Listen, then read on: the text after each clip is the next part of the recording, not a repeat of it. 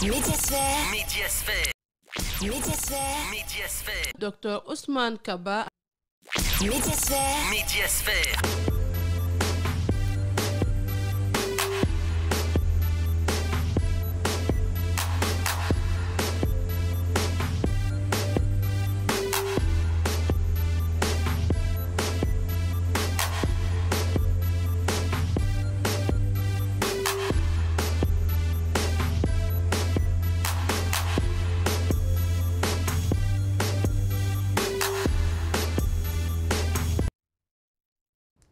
Téléspectateurs, téléspectatrices, merci de nous regarder et de nous suivre sur la télévision d'une autre planète.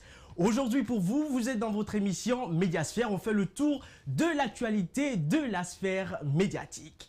Aujourd'hui, nous avons un beau cocktail pour vous et ce cocktail va commencer par le grand reportage tout sur les coulisses des GG avec Mamoudou Bouléré Diallo et Aboubakar Din Kamara. Ensuite, ce sera la une de la toile, comme toujours, avec Kairaba, Kaba, un tour avec des sites, tout ce qui a été à la une de la semaine. Et ce sera avec, à la fin, on zappe. Mais avant, nous allons tout de suite suivre le 10 minutes avec la rédaction d'Espace TV. Espace TV. Espace TV, le 10 minutes.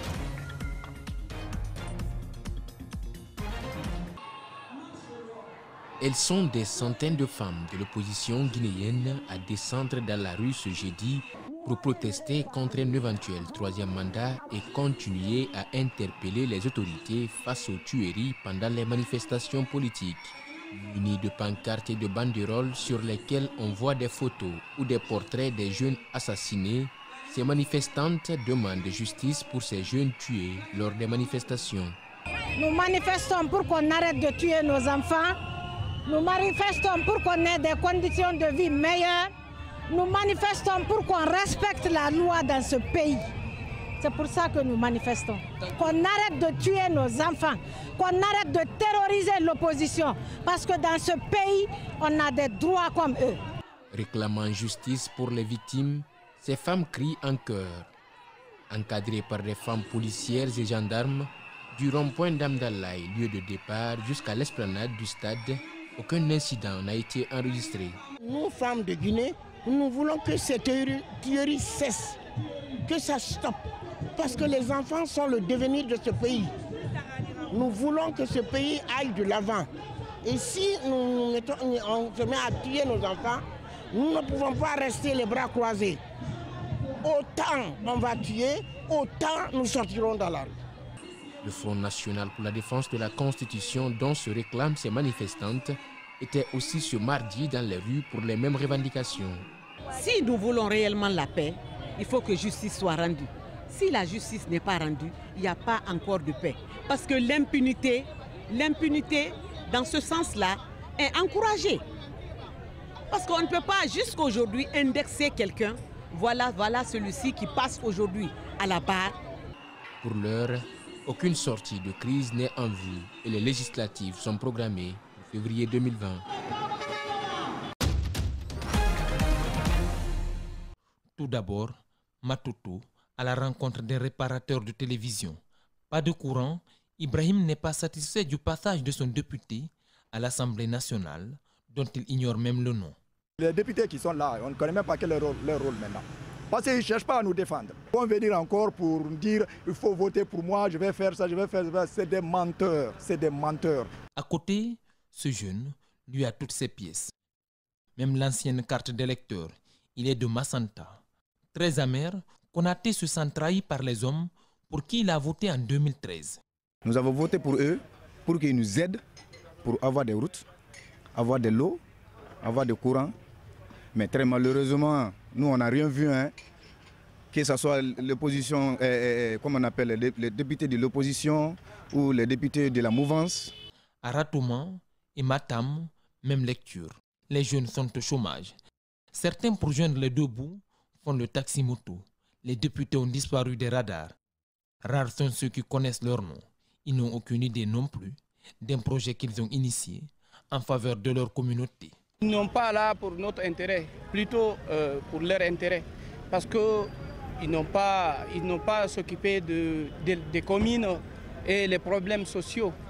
Vous voyez, donc comme l'assainissement, la protection de l'environnement, la protection des citoyens et leurs biens. Franchement, on a été déçus. Pourquoi? Parce que, regardez, ce qui concerne le quartier, par exemple notre quartier Bonnefi routière, il y a beaucoup de choses à changer. Ces choses-là n'ont pas été changées. Regardez, dans nos fossés ici, tout est sale. Même si ces députés ont voté des lois allant dans le développement du pays, la communication a beaucoup manqué. Seuls quelques citoyens s'en rendent compte. Néanmoins, nous tenons à encourager ceux dont le mandat est déjà fini et ceux qui vont se présenter à nouveau, de continuer sur le bon chemin. Les élections législatives sont annoncées pour le 16 février 2020.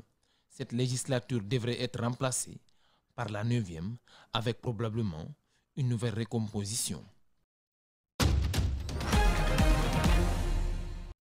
La CARL numéro 3 d'Abondi 1, secteur 3.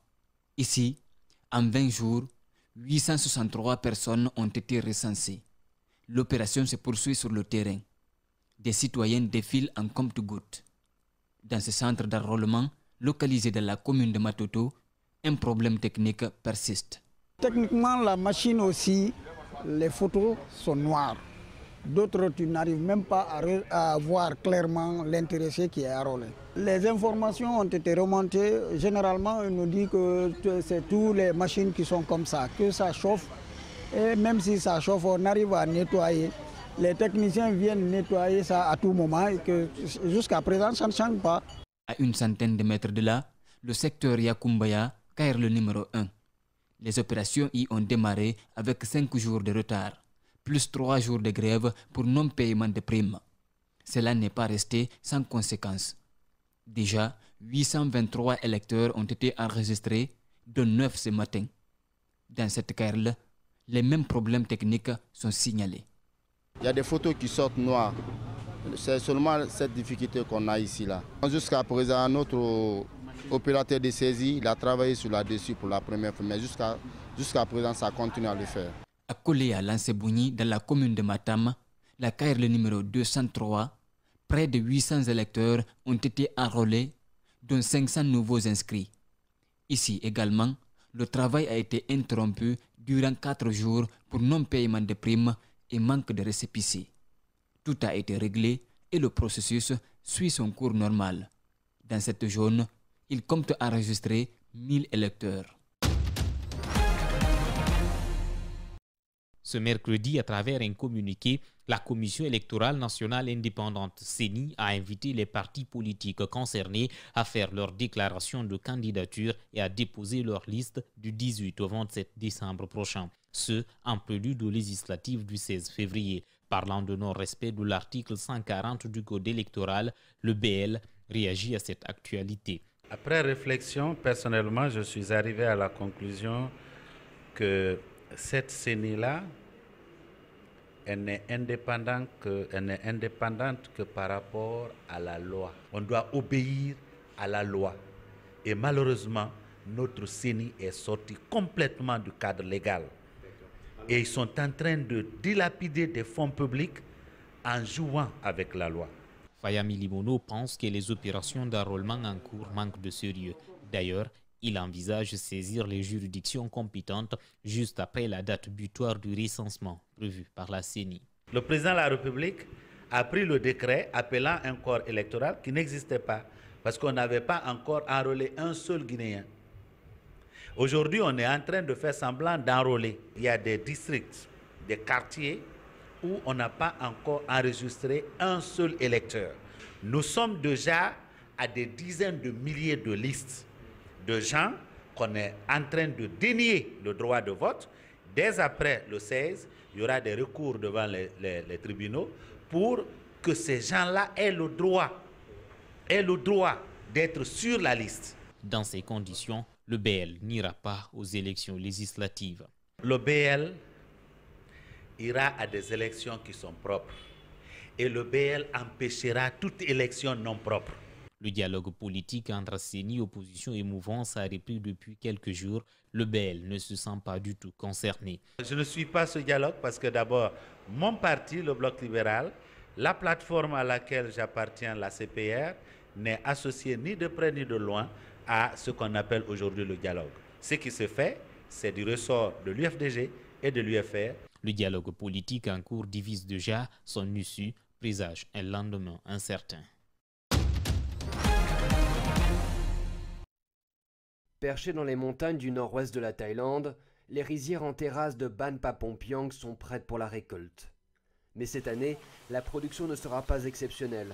Le pays a connu cet été à la fois inondations et sécheresse. Face au changement climatique, une nouvelle technique de culture dite SRI pour système de riziculture intensive commence à porter ses fruits. À une centaine de kilomètres de là, c'est un Français, Tristan Lecomte, qui encourage les riziculteurs à changer leurs habitudes. La méthode du SRI, c'est comment produire plus de riz avec moins d'eau, avec moins de graines, en étant moins dépendant aussi des problèmes climatiques du coup, et en multipliant la production de manière totalement biologique. Sunan a planté chaque épi de manière plus espacée que dans l'agriculture traditionnelle, afin qu'il puise davantage de lumière, d'eau, de nutriments et produise ainsi plus de grains. Sa récolte a bondi de 40%. On ne doit pas penser uniquement à l'argent, mais on doit se concentrer sur le durable et une vie saine. L'agriculture chimique va détruire tous les nutriments de la nourriture. Plus de 2 millions de fermiers ont déjà été formés au SRI en Asie du Sud-Est, parfois multipliant les récoltes par 3. Mais pour Tristan, la tâche la plus difficile est de convaincre les agriculteurs thaïlandais de changer leurs habitudes dans l'un des pays qui utilise le plus de pesticides au monde. Les principales difficultés du SRI, c'est qu'on est face à des lobbies qui vendent des produits chimiques et qui gagnent beaucoup d'argent, donc ils n'ont pas envie qu'on utilise ces techniques alternatives gratuites. Et puis la deuxième contrainte, c'est que le travail est un peu plus technique et un peu plus laborieux. Il faut désherber et aussi planter les brins de riz un par un. Avec le SRI, il n'y a ni nouvelles graines hybrides, ni engrais à acheter, et donc moins de dépenses pour les riziculteurs qui gagnent souvent moins de 100 € par mois. J'avais environ 3 000 € de dettes, mais depuis que je fais de la culture biologique, j'ai réussi à rembourser toutes mes dettes. Dettes, épuisement des sols, pour sortir du cercle vicieux des produits chimiques, la technique SRI est souvent combinée avec d'autres méthodes. Autour de cette ferme, Tristan a fait pousser des arbres pour enrichir les sols et rengorger les nappes phréatiques, de quoi atténuer la prochaine sécheresse par une autre technique naturelle.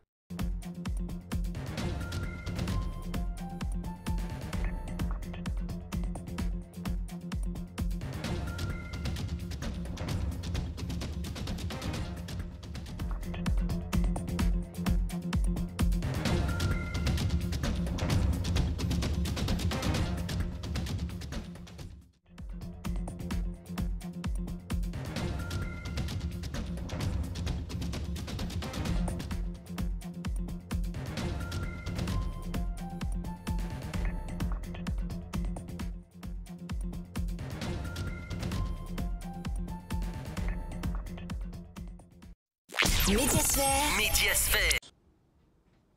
De retour sur ce plateau. Merci à la rédaction d'Espace TV pour ce 10 minutes. Comme annoncé à l'entame, ce soir, votre émission Médiasphère de ce jeudi s'intéresse spécialement dans ce grand reportage aux grandes gueules. Tout ce que vous ne savez pas de cette émission avec une grande audience diffusée en direct sur Espace Radio et TV, de sa préparation à sa diffusion en live. Nos reporters Mamoudou Bouléré Diallo et Aboubakar Din Kamara nous le font découvrir. Dames et sœurs, bienvenue dans les coulisses des GG. Médiasphère. Classée première à travers une enquête de StatView International devant toutes les autres émissions d'animation en Guinée, l'émission Les Grandes Gueules, diffusée simultanément sur Radio Espace et Espace TV, est réalisée par une équipe de jeunes dynamiques. Première chose à savoir, c'est l'exigence sur le respect du temps. On se réveille tôt, on vient, on prépare l'émission. Aboubakar Diallo est là à 7h, il me donne les thèmes, je viens, je signe les thèmes. Le boss vient, il me donne le conducteur de l'émission, les personnes qu'on doit appeler, les personnes qui doivent intervenir dans l'émission. Je viens, je prépare tout ça. je vais dans Photoshop, je fais le truc pour les appels, et puis je viens, je signe les noms dans le truc à sort, comme vous le voyez.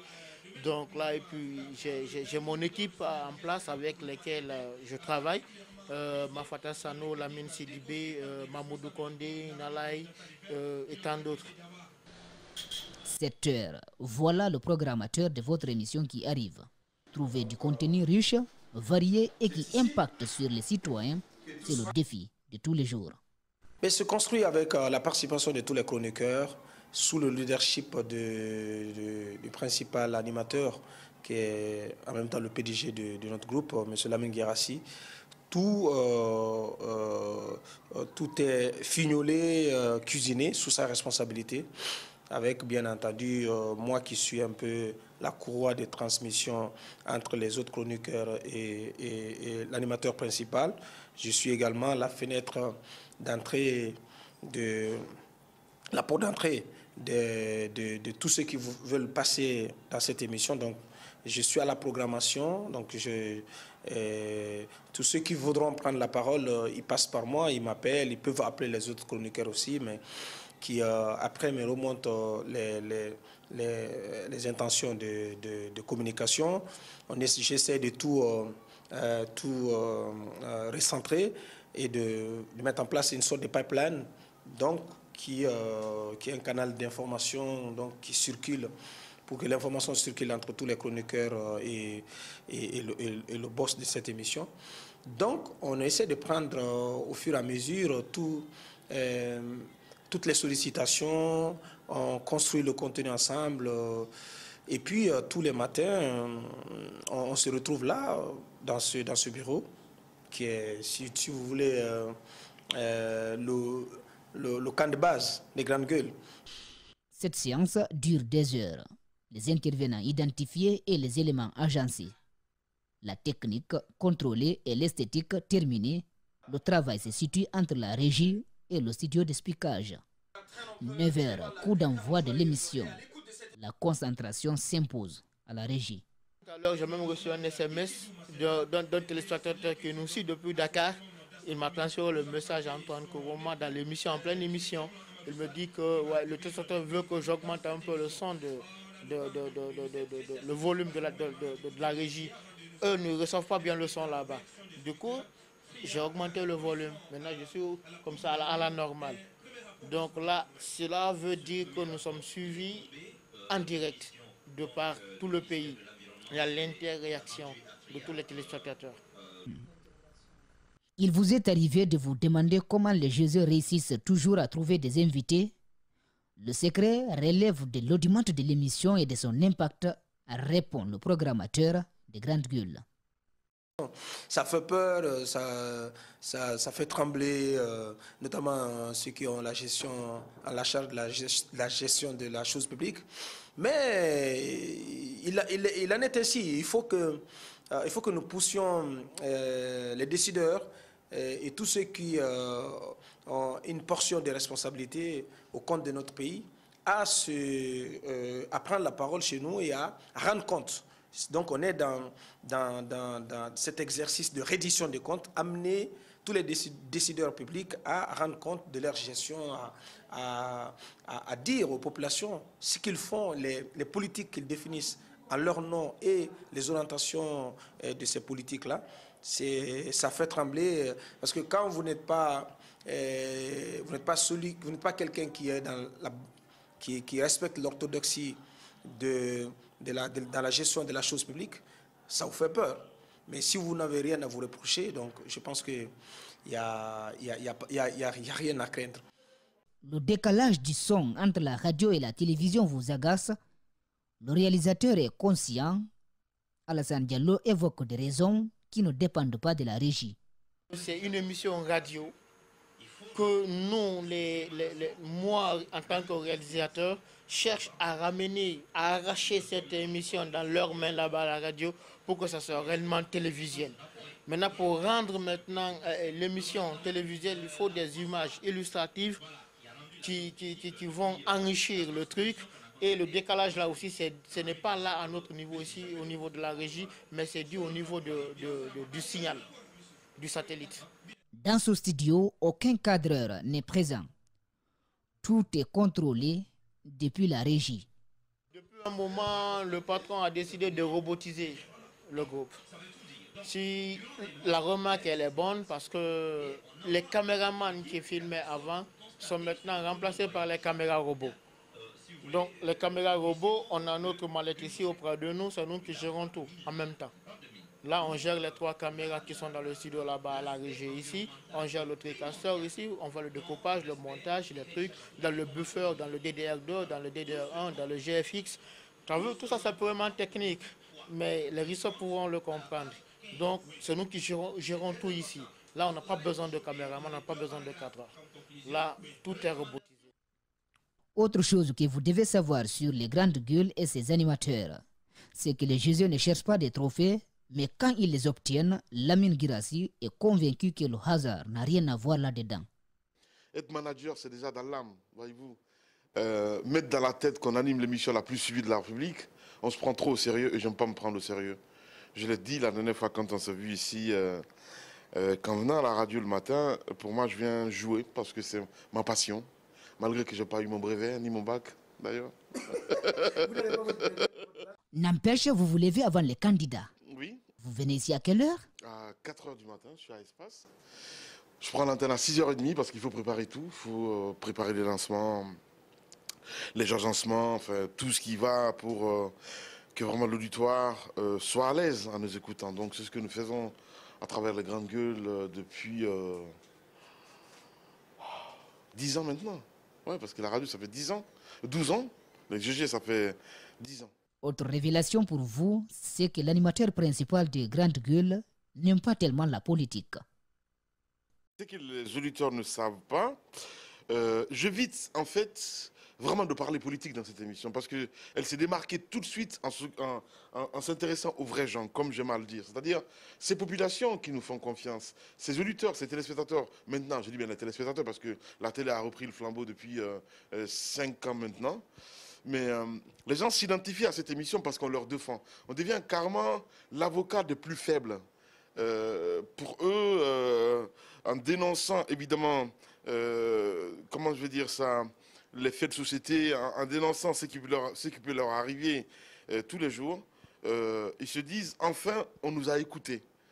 J'ai trouvé ça excellent, c'est juste une histoire extraordinaire. Donc voilà, après les politiques évidemment s'invitent dans l'émission parce qu'ils connaissent l'audimat de l'émission, ils savent qu'en passant dans les grandes gueules, c'est carrément passé sur toutes les radios guinéennes, si je peux me dire ainsi, parce que l'émission n'est pas seulement diffusée qu'à Conakry, on est repris instantanément dans les régions, non seulement sur nos antennes Radio Espace région, mais aussi évidemment sur d'autres radios, les radios qui n'appartiennent pas au groupe Adafo Média, mais qui reprennent avec l'autorisation ou sans autorisation du groupe Adafo Média.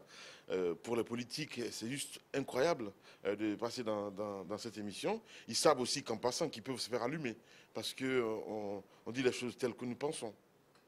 Il arrive même que les acteurs politiques énervent Lamine Guirassy en direct. Il se souvient.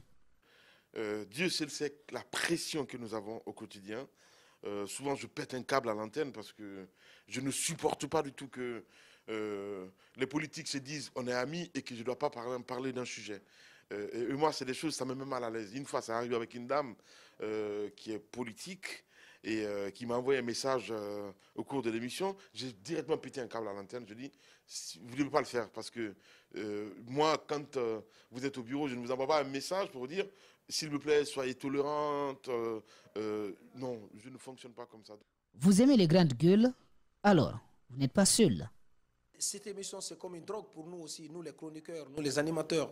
Quand vous n'êtes pas là, vous avez du mal à vous réveiller, vous avez du mal à vous sortir de votre lit, vous avez du mal à attaquer votre journée. Parce qu'il y a quelque chose de ta personne qui n'est pas là, donc qui est absent, qui vous manque.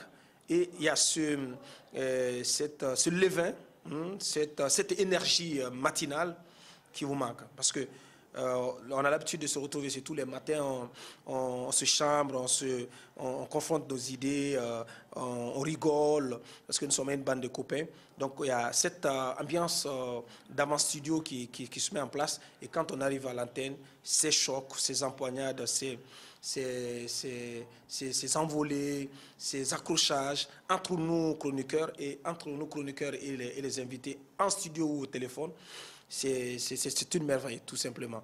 Ça nous booste le matin, ça nous pousse à sortir de nos torpeurs matinales et donc à nous attaquer de plein pied notre journée.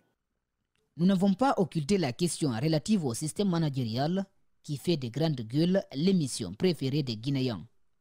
Voici la réponse obtenue. Je trouve ça comme une pression de plus, encore une fois, mon cher Bouléré, parce que ce n'est jamais facile. Moi, j'aime pas être devant. Je travaille avec une équipe, je suis un chef d'orchestre, c'est comme ça que je le dis. Depuis l'adolescence, tout ce que je fais avec les gens. Donc, le management, c'est dans le sang, quelque part, c'est comme ça que je le dis. Donc, ce trophée, je dirais... grand merci à Espace, parce que c'est d'abord elle qui nous emploie.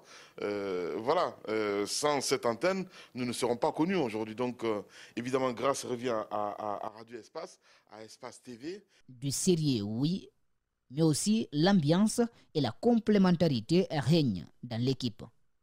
Des petits sobriquets sont donnés à tous ou presque. Alassane Diallo se confie. L'homme de nuit. Ah ouais, là c'est Lamine, c'est Lamine. Lamine Girassi m'a donné ce nom, l'homme de nuit, parce que là, à mes débuts ici à Espace, on n'était pas beaucoup équipés. Il y avait une seule machine, 2 machines qui étaient là placées. Donc moi je partageais la même machine avec Mamadou Condé. Donc Mamadou Condé venait travailler la journée de 7h à 18h. Et moi je venais de 18h à 8h du matin. Donc durant toute cette année, durant toute cette saison, je travaillais que la nuit. Les gens ne me voyaient que la nuit. La nuit, on ne connaissait pas mon nom.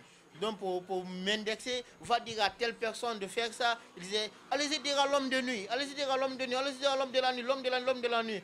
Du coup, maintenant, ça a pris de l'ampleur. Donc tout le monde m'appelle maintenant l'homme de nuit, l'homme de nuit, l'homme de nuit. Les gens ne connaissent pas mon vrai nom. Jouer le rôle du patron et celui du journaliste animateur, vous vous interrogez certainement sur cette double casquette de Lamine Girassi. Rassurez-vous qu'il se le demande lui-même. Honnêtement parlant, en fait, en venant ici, il y a double casquette. C'est-à-dire que je sais que je travaille pour Lamine Girassi, mais Lamine Girassi en vrai. Donc moi, je suis un animateur, je suis un journaliste. Et comment je parle avec le Lamine Girassi vrai qui est devant vous, c'est de se dire, mais tu te rends compte, t'es nul, t'as pas assuré ici, il faut éviter le péché, tu vois. Il y a pas mal de choses dont je reproche souvent à ce Lamine Girassi. En fait, ça peut dire, Lamine Girassi parle à Lamine Girassi. C'est bête, c'est dingue. Et d'autres, les sociologues vous diront, parce que quand vous parlez de vous à la troisième personne, on dit, il commence à devenir fou. C'est pas dans ce sens-là. Le conseil d'Aboubacar Diallo à ses collègues pour le bien des abonnés des grandes gueules. On a tendance à dormir sous nos lauriers. On a tendance à nous conformer, à se mettre dans une sorte de bulle de confort, dans une sorte de zone de confort.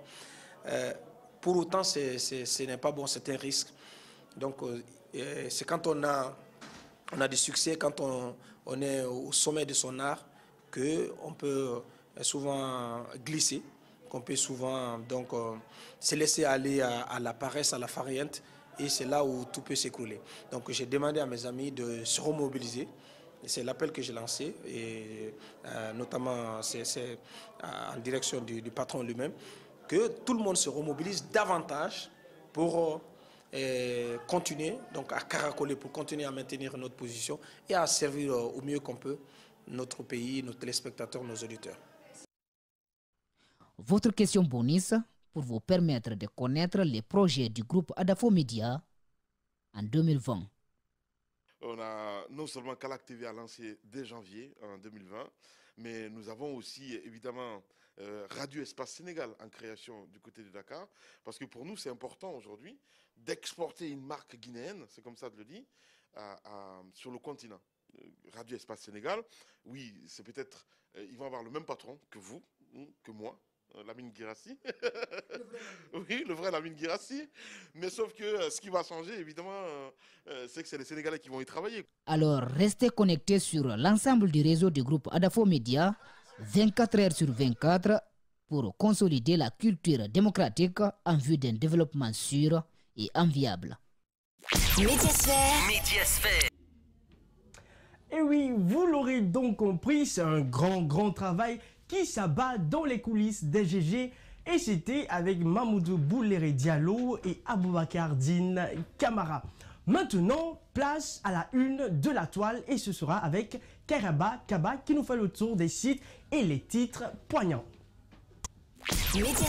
Médiasphère. Dr Ousmane Kaba à la marche du FNDC, la Guinée n'acceptera jamais d'être encore colonisée, comme annoncé dans nos précédentes dépêches à l'appel du FNDC, Front National pour la Défense de la Constitution. Plusieurs milliers de Guinéens sont descendus mardi 10 décembre 2019 dans les rues de Conakry pour protester contre le projet de nouvelle constitution qui ouvrirait la possibilité d'un troisième mandat pour le président Alpha Condé en Guinée. Et parmi les manifestants qui ont parcouru les 13 km qui séparent le rond-point de la Tannerie à l'esplanade du stade du 28 septembre, on pouvait noter la présence du leader du PADES, Dr Ousmane Kaba, qui a d'ailleurs profité de l'occasion pour annoncer que la Guinée n'a pas besoin d'une dictature. Et à la une de cette semaine, Guinée, nouvelle démonstration de force des adversaires d'Alpha Condé. Conakry menée par les principaux leaders du FNDC. Des milliers de Guinéens ont marché mardi 10 décembre 2019 à Conakry. Les manifestants protestent contre le projet de changement constitutionnel voulu par le président Alpha Condé au pouvoir depuis 2010. L'actuel dirigeant qui maintient le flou sur son avenir à la tête du pays est soupçonné de vouloir briguer un troisième mandat en changeant l'actuelle loi fondamentale qui limite le nombre de mandats à 2 non renouvelables. La manifestation qui a commencé à 13h au rond-point de la Tannerie a pris fin à 18h à la terrasse du 28 septembre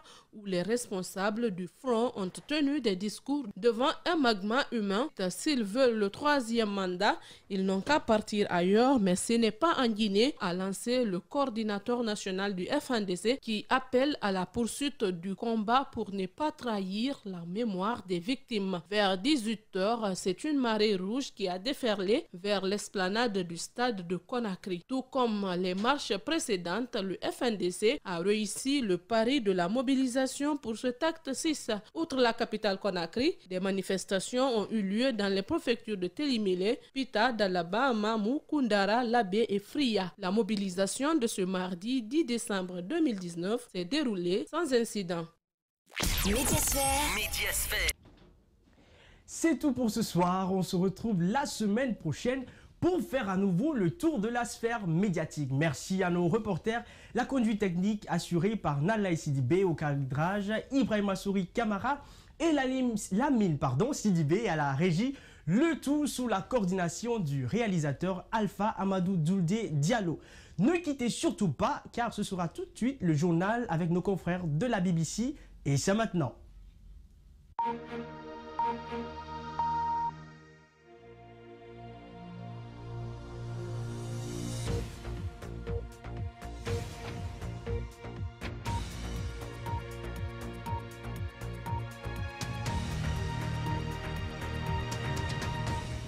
Bonsoir à tous, bienvenue sur BBC Info. Voici le sommaire de ce soir.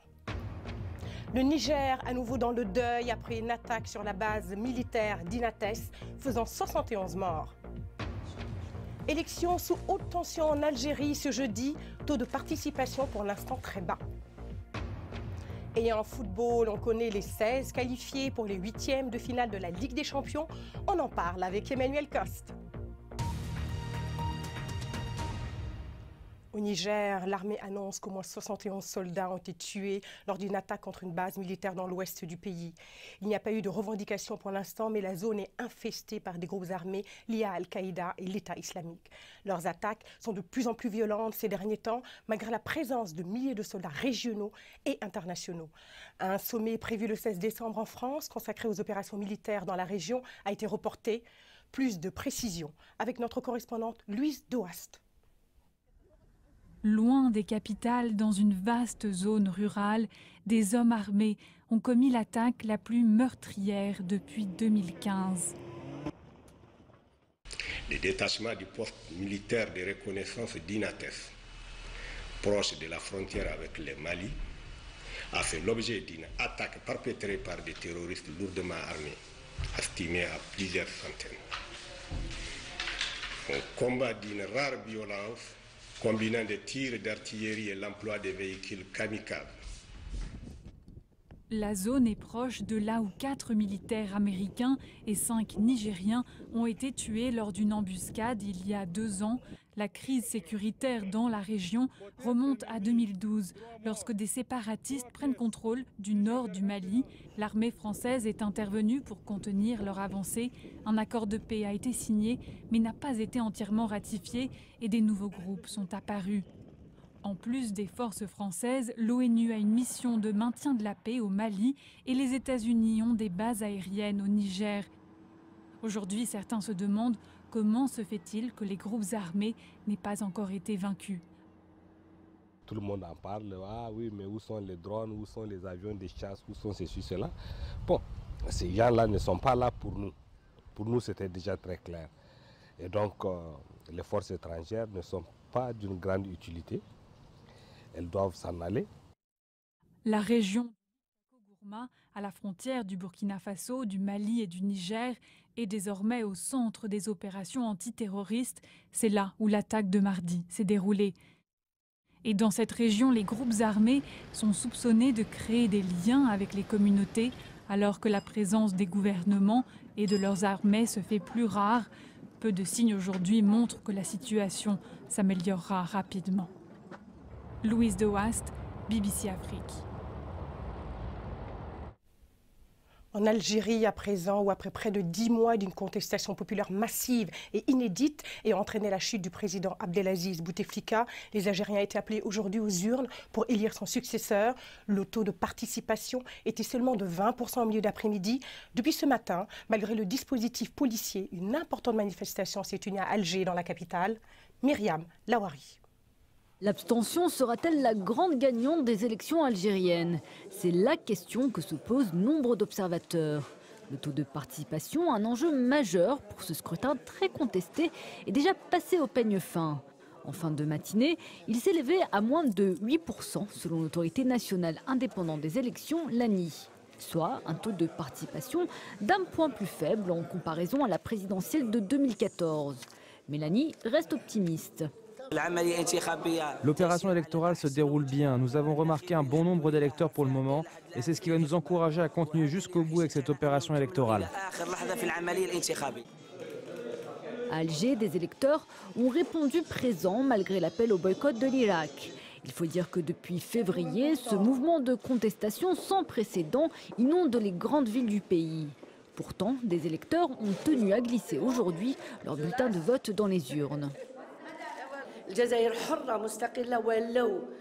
C'est très important d'être ici. L'Algérie est libre et indépendante. Le sang des martyrs n'aura pas été versé en vain. L'Algérie a ses femmes, ses hommes, ses enfants.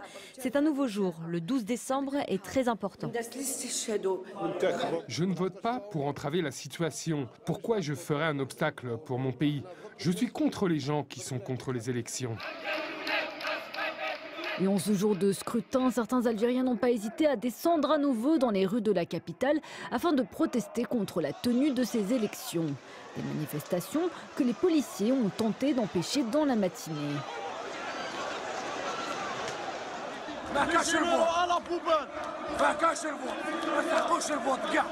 Pas d'élection, on veut pas d'élection avec le gang. Vous êtes tous des voleurs, vous êtes une bande de voleurs. Non à la gouvernance militaire. C'est un pays civil, pas militaire. L'armée a ses armes, le peuple a sa volonté.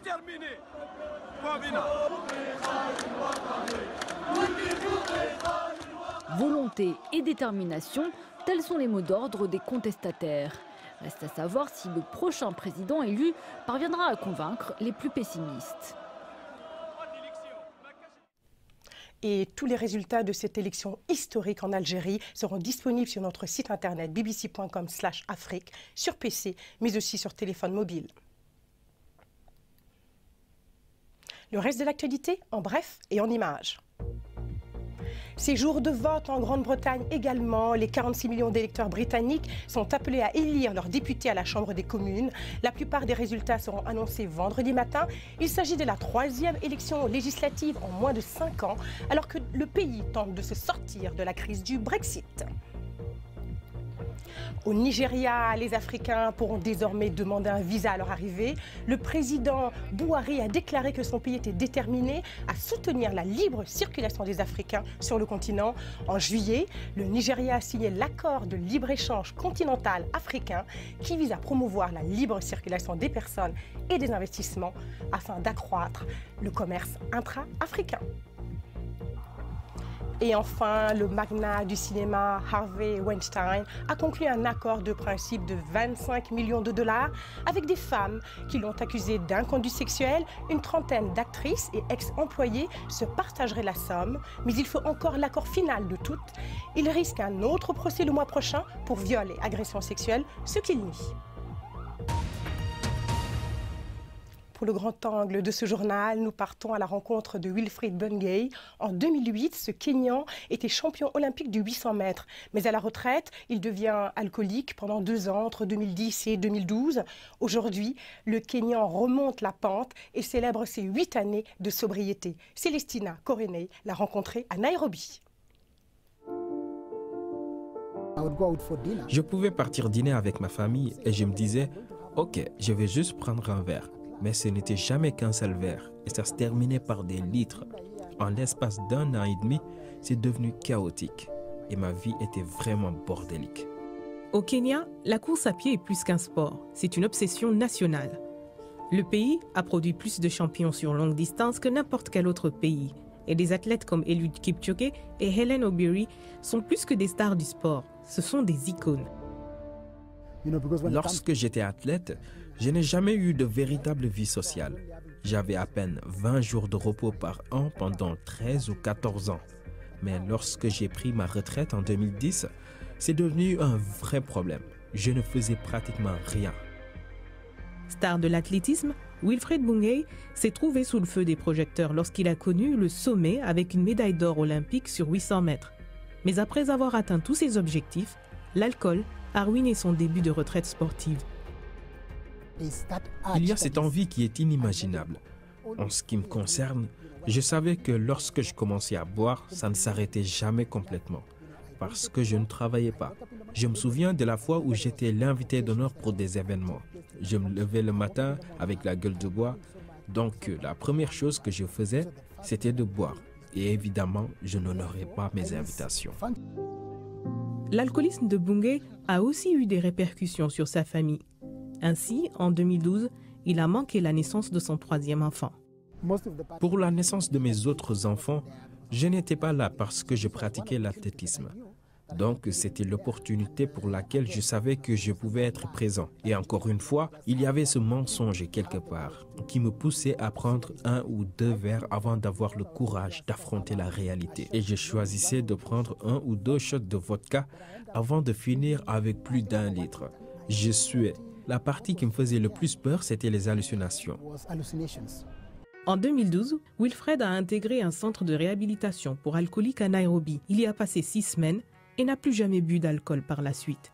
Je vais fêter mes 8 ans de sobriété. Je ne célèbre pas mes anniversaires, mais je peux vous dire que je célèbre le jour où j'ai arrêté de boire. Ça me rend fier de moi-même. Ça me donne l'impression que j'ai pris le contrôle de ma vie. Wilfried fait désormais campagne pour que les athlètes obtiennent un soutien pour un meilleur accompagnement en dehors des pistes. Et il pense que partager son histoire est un premier pas.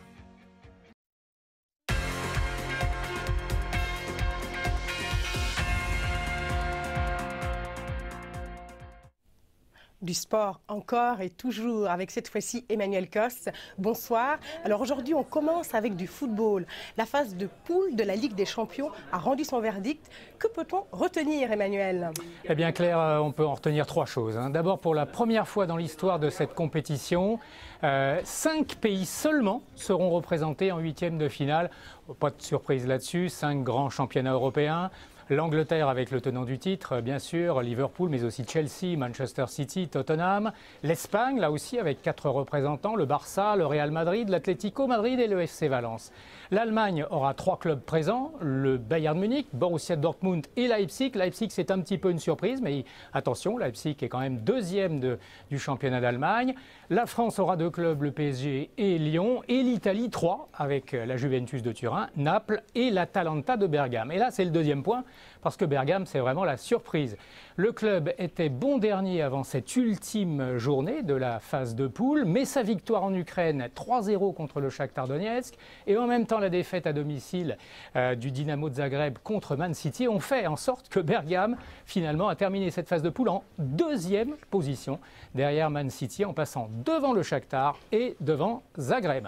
Mouvement inverse, en revanche, et ce sera le 3e point, pour l'Ajax d'Amsterdam, et oui, demi-finaliste la saison passée, qui était leader de sa poule avant cette dernière journée et qui malheureusement pour lui a perdu à domicile 1-0 face au FC Valence. Dans le même temps, eh bien, Chelsea battait Lille 2-1, ce qui fait que l'Ajax, mouvement inverse, passe à la 3e place pour finir cette phase de poule et donc sera reversé en Europa League, 3e derrière Valence et derrière Chelsea. Vous voyez, cette phase de poule de la Ligue des Champions nous aura réservé bien des surprises. En tout cas, c'est un très très beau plateau avec tous les ténors en lice pour les 8e, sauf, je l'ai dit, l'Ajax. Tirage au sort de ces 8e de finale, ce sera lundi en matinée.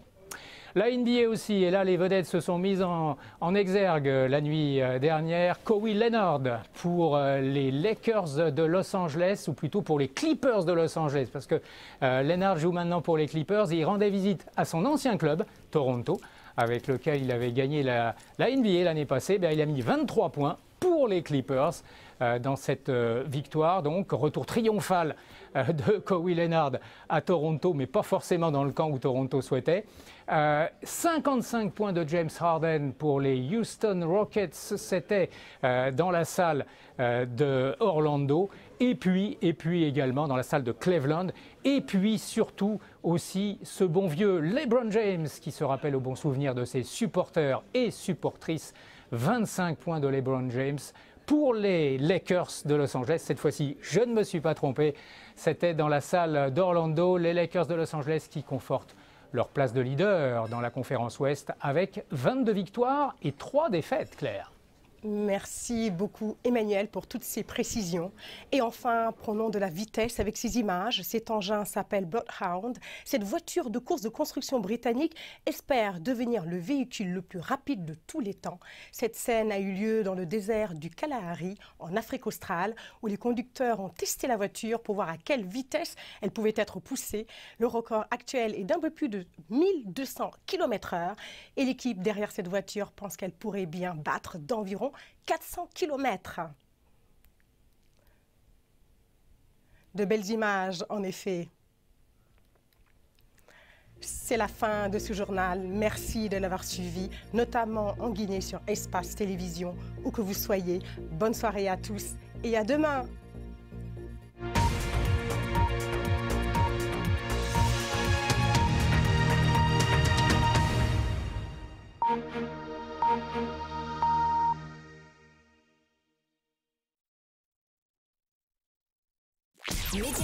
Médiasphère.